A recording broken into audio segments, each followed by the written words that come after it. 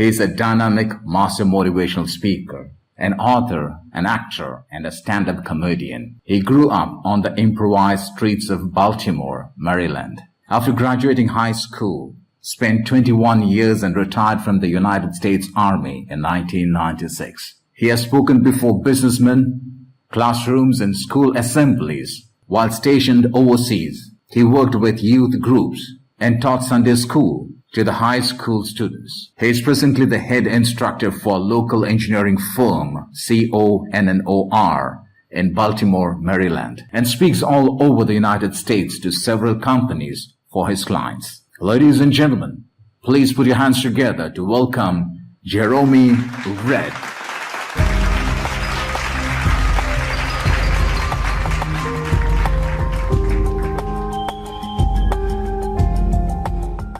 Oh, wow.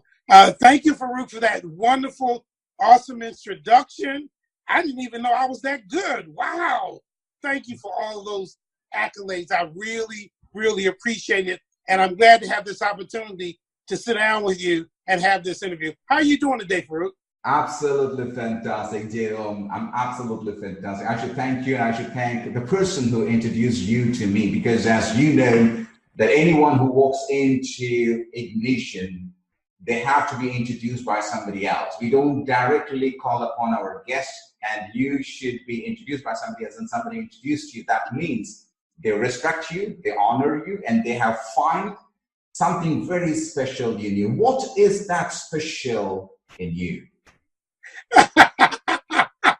Somebody thought that I was special? No, Yeah. I'm just kidding. One of my fellow speakers who had an opportunity to speak with you, have an interview with you, and he even mentioned that you also interviewed Antonio T. Smith Jr. Yeah. And I said, because I had personally had not heard of you, Farookh, and he said, Jerome, this guy is awesome. He's from India. And I was like, oh, wow. But I happened to do a keynote, and it was being recorded, and he had heard me for the first time. And he was like, Jerome, you've got a powerful message to send out to folks. And he said, you know what, you need to talk to Farookh. You know why? Because he's going to get you more exposure. And I was like, okay, that's what I need to do. And I say, no problem. But the thing for me personally is that I want to make a difference. I want to change the world, basically. And I know that you can only do that if you start with yourself. So you've got to be the change that you want for others. And that needs to be conveyed, not just in what you say. It's got to be conveyed in what you live and how you present yourself. Because you can talk a good game, but it's how you live that really makes a difference. Because there are a lot of folks out here in this world who are suffering, and they don't know the answer. They don't know how to find the answer. And I hope that a word I can say and something I can deliver will spark inside of them. Hey, you know what? You can make a difference. You can change things. And Farookh, if I can do that, then I am a happy person. I want to make money. I want to travel the world. I want to do a lot of amazing things. But what I found out is that if I can just make a difference, that small thing there makes me excited. And when you see the look on a person's face, or someone that walks up to you and say, you know what, thank you for that. Or as I work with some kids in New York who called me on the phone and says, you saved my life. When a young man calls you on the phone, who doesn't have to call you on the phone and say you saved their life, you talk about life changing. It's like, dude, you've got something, and so that's the journey I've been on, and I don't plan to stop it until they start throwing dirt in my face, Farookh. Wow. What? There should be a reason, because everything has a reason, everything has a purpose. And there should be a reason that made you a motivational speaker, and then today you are a master motivational speaker. So what is the grassroots? What is the cause? Because this is the effect that I can see in you, that you are bringing changes. But what was the real cause behind that effect? Well, Farookh, when people hear my story about me retiring from the military and working up in New York with these Olympic kids and graduating with a degree, cum laude, 3.67 GPA, working full-time, job full-time, 2 part-time jobs. how did you do that, Jerome? And I said, I had fun. But the reason why I have fun with what I do has to go back to my humble beginnings. My bio says I grew up in Baltimore, and I did. It's on the East Coast. For those of you who are not in America, it's near Washington D.C. Yeah. But it was drug filled. It was a ravage filled with guns and people being locked up and all of that. But I grew up in a household, Farookh, where my parents were very, very strict, and that saved me in some regards. But also being very, very strict, my parents had their own issues. My father was a functioning alcoholic. He worked every day. He paid the bills, but on Friday after he gave my mother the money, he went out and he drank until Sunday. But then he went back and worked. He did that for 11 years of my life. And because I look like him, and because I'm short like him, and I'm the only one of the kids out of the 8 kids that was left-handed, I was the one that he used. I call myself the test dummy or the pinata because he always used me because he was ex-military too to demonstrate, and I could never do anything right. So every morning I would get up and look in the mirror, Farookh, and you know what I would say? Hey, ugly. Hey, stupid. Hey, dummy. Who want to be with you? And I did that until the 6th grade, Farookh. And when I got to, you talk about low self-esteem, you talk about low self-worth, low self-image. But I ran into a teacher named Mr. Posey. African American, to about 6'3", and let me tell you, he wasn't having it. He was squared away. He was a man of integrity, insight, all of that, and he made sure that we got a taste of that. And by the time I left his class, guess what? I knew that I could make a difference. I told him, I said, Mr. Posey, no one's ever done for me what you did for me.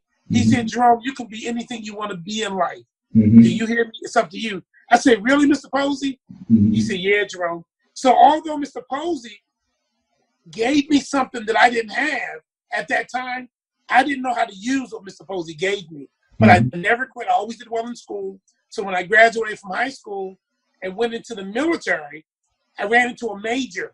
And we grew up in the church. So I'm in the military chapel. And the major said, hey, can I help you? I said, no, sir. I'm just checking out the chapel. And he says, well, tell me a little bit about yourself. And I begin to tell him about it. He says, I know what your problem is. I said, excuse me? He said, yeah, you don't like yourself.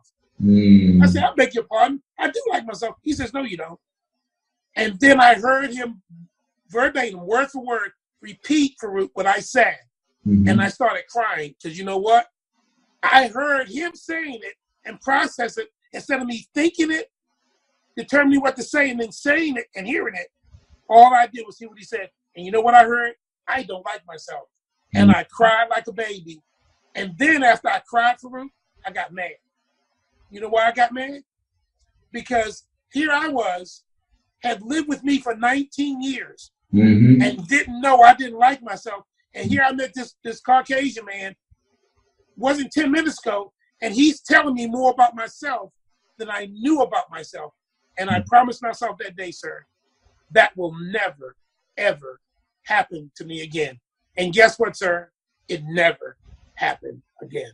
Because I realized that I had bought into the lie. I've been conditioned. I had other people making me believe things that were not true, and I wasn't doing it for myself. Now, was the journey hard? Yeah, it was hard. Was it tough? It was tough. But you know what? It's been worth it.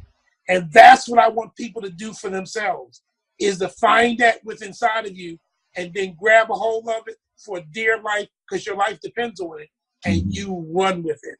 And so that's kind of where I started to get on this road of, you know what? I'm going to focus on what Jerome wants and what Jerome needs. And if I don't know it, I'm going to figure it out. And if I can't figure it out, guess what? Hey, Farookh, can you help me? I appreciate it.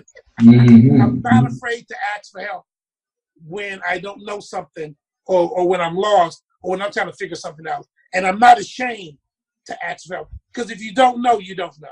Absolutely. And that's something which I learned from Les Brown. Les Brown says that if you don't know, then ask for it. And that's exactly what John Maxwell says very clearly, because you need to ask, because we are the creation of the Creator, because the Creator has created us, and that doesn't mean that we are perfect, because None of us are perfect. We need to seek help from somebody else. It could be from our inside circle, or it could be from the external circle.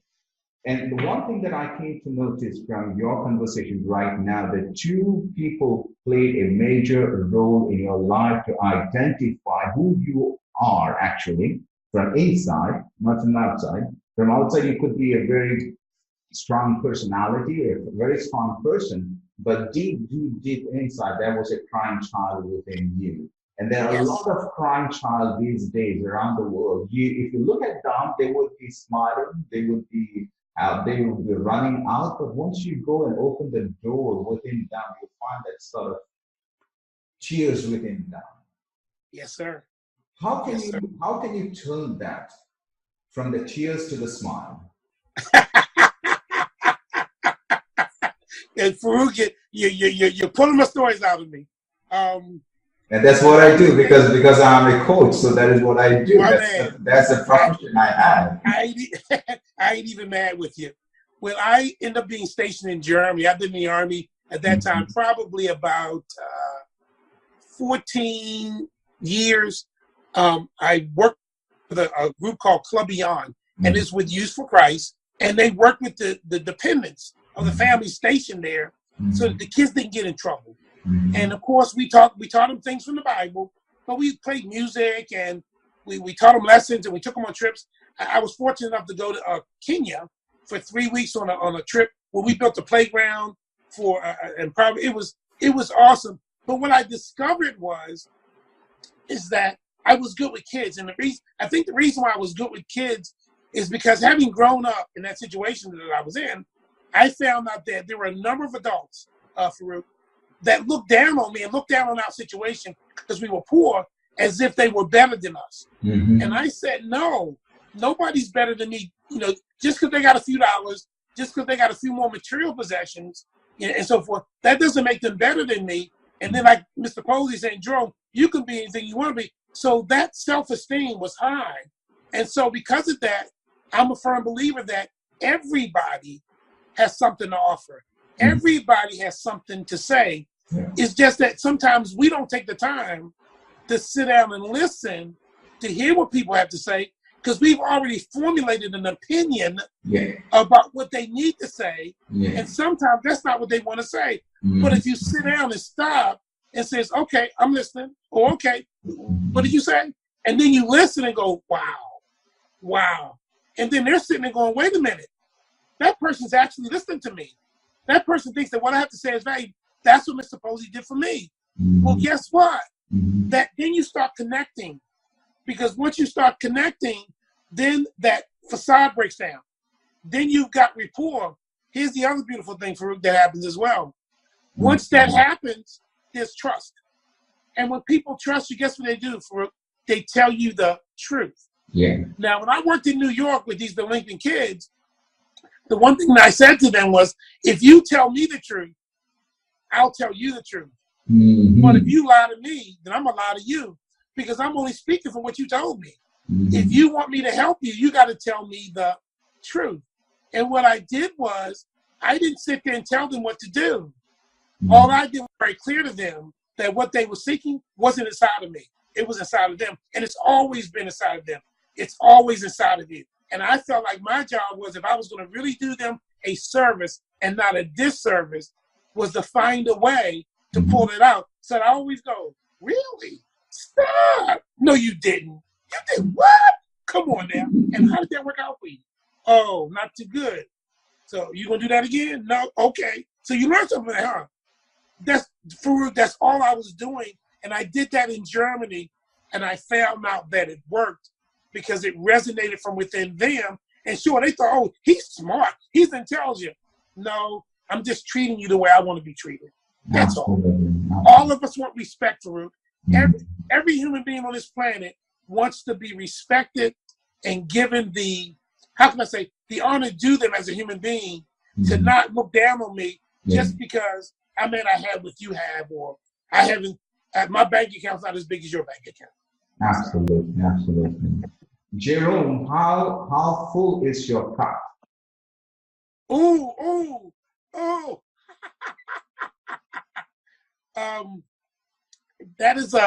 That's a loaded question. It's extremely full, but I cannot complain, sir. And I cannot complain because the things that are before me and the opportunities I see on the horizon are just, Farookh, everything's possible. Me talking to you was scheduled last week. Yeah. I already had something to do today. Yeah. Okay? Yeah. But when the young man, the other speaker said, when he said, you need to talk, I was like, what? He talked to Antonio? Oh, I need to talk to him. Uh-huh. So, and this is the kind of things that have been happening. The keynote that I did, I sent to some folks, I got a phone call yesterday saying, hey, Jerome, we're going to be doing something in the school system in Texas. Okay. We would love for you to come up and speak. And blah, blah, blah. I said, excuse me? Mm-hmm. And I went, And it was like, okay. So yes, sir. My plate is with that, writing the books. Listen to me, sir. I cannot complain at all. Wow, that's great. That's great. You got into acting, and then you got into stand-up comedian. Yes. What made you move to that direction? And who in fact found out that you have that sort of ingredient within you? Was it your own discovery, or it was by somebody else who found that, Jerome, you have something special in you, just like what Les Brown says, you have something special in you. How did you identify, how did you discover that sort of quality or that sort of potential? Because you come from a poor family. If I take you back, you came from that background where everyone were pointing at you, saying that you're not good, you can't do anything else. But how did you find the diamond within the dirt? Well, the way I ended up doing acting was when I went into the military. Yeah. The military has a program called SD, special duty. And when you go on special duty, you're a good soldier, you've proven yourself, you stood out, and then what they'll do is they'll put you on a special duty for 3 months where that's all you do. You don't wear your uniform, you don't go out into the field, you don't use your weapon. And the one I got was handing out musical instruments to soldiers. Okay. So I was working in this theater. I'd hand out trumpets, saxophones, drums, things like that. Yeah. And I loved it because I had to be there like 9 o'clock in the morning, and then maybe about 4 o'clock I was done. So that's what I did for 3 months. Well, the man who ran that program also was the theater director for the installation. Okay. So he came to me and said, "Hey, Jerome, I'm putting on a play. If you will do the lighting and the sound for the play, we only rehearse twice a week. If you'll do that," he says, "you ain't got to do this no more for the next 3 months." I said, "Excuse me?" So I come in for 3 hours for 2 nights a week, and the rest of the time I'm free. I'll do that. So when we did it, and I did everything okay. He liked it, but at the end, the 2 days before the play was going to be done, he had an actor who only had a couple inches in, who fell out or quit or whatever, and he says, "Would you mind also doing this as well?" Along which I said, "Sure, I'll do it," and I did it. It wasn't a big deal. I came in with a weapon, said a couple lines, and left and exited, and that was it. Okay. So he did another play and said, "Hey, you did these sound and lights for my other play, and you did a couple things. Why don't you audition for my next?" I said, "Oh, no. I don't do that. I was just doing that because blah, blah, blah, blah, blah." He said, "Jerome, try it. See if you like it or not." Like that, I said. And then there was this cute girl who I met that I liked, and she was in it. Now, Farookh, the cute girl. I'm single. The cute girl gets you every time. Yeah. So I end up doing the play. Let me tell you, it was boring. We did 3 shows. The first night we had 3 people. The second night we had 7 people. During the intermission, you get one of the guys snoring, And then the third night, I think we had 5 people. it was boring, but guess what? I loved it. Mm-hmm. So I knew that this was something that I liked. So I started doing it, and I started auditioning, gravitated to comedy, left that base, went to Fort Stewart, Georgia, got out of the Army after my first 4 years, and the director of the theater said to me, Jerome, he says, you are very, very good as an actor. He says, as a matter of fact, you do naturally on stage what people I've seen go to school can't do. Mm-hmm. If you will go to Wisconsin and major in theater for 4 years, I'll get you a full-ride scholarship. And know what I told him, Farookh? Mm-hmm. Thanks, but no thanks. And I said, I don't mean to be disrespectful, but I say, but I just got saved, and I want to find out who this Jesus thing is all about. And I walked away from it. Check this out. 30 years later, I'm here in Baltimore, and there's something called AMTC, Mm-hmm. Actors, Mouths, and Talents for Christ. And you audition, and you pay some money, and then what they'll do is they'll send you to coaching groups, and then actually audition you in front of people in the actual movies and on stage. Mm-hmm. Well, when this came up 30 years later, I said to God, God, don't play with me. I walked away from this 30 years ago to serve you, and now this is coming again. And I said, don't do this to me. So I did it. I had a ball. I loved it. So one of my friends in there said, hey, Jerome. She said, what? She said, you're naturally funny. I said, yeah. No, you should try for the comedy thing. No. She said, Jerome, you should do this. And I said, she said, it's a gift that God has given you. I said, no, you didn't. And she said, you know what God says about not using your gifts? Oh, no. Long story short, we formed the group after that called Seed Troop in Manassas, Virginia, Mm-hmm. and we got up on stage. I did 15 minutes, had never done it before, and Farookh, I had him in the aisles. Had him in the aisles, and I went, wait a minute, I can do this too? Mm-hmm. And so, but what I realized after, and I did about 4 more shows like that, what I realized is I didn't want to do stand-up. I didn't want to do the open mics, but I liked the comedy, and I said, you know what? I'm going to enter that into my motivational speaking. And that's kind of how I was like, Farookh, I had no idea.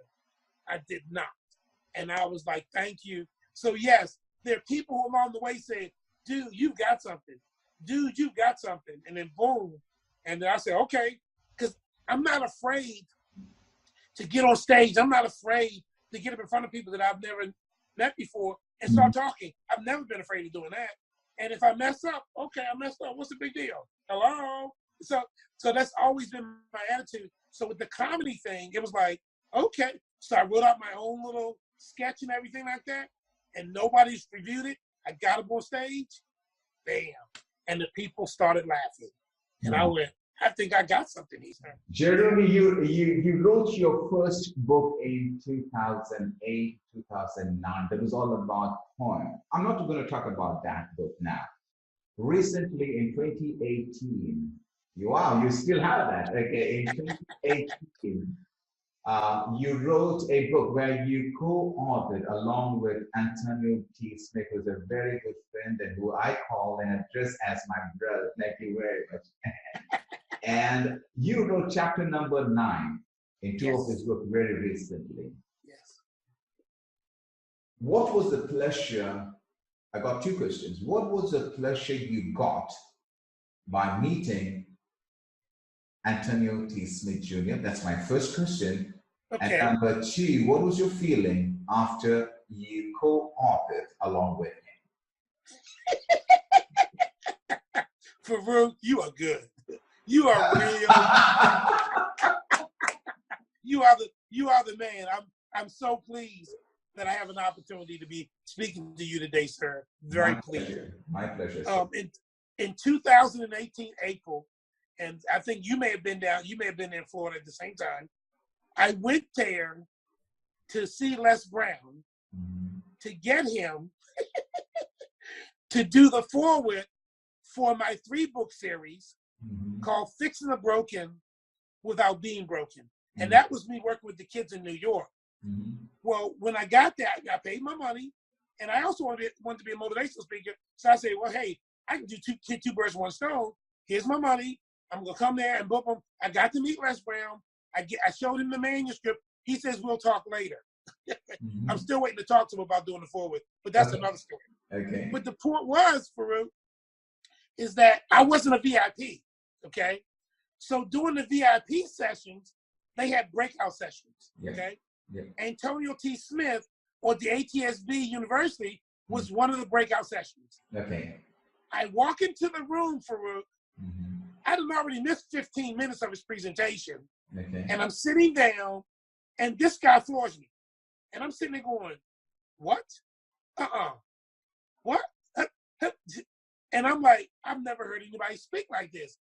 Then when he finishes talking, he said to the group, he says, hey guys, because you are with the Les Brown organization, my package is normally $10,000, okay? But because you're with Les, I'm gonna give you a 90% discount. So I'm only gonna charge you $1,000. And I went, excuse me? Okay.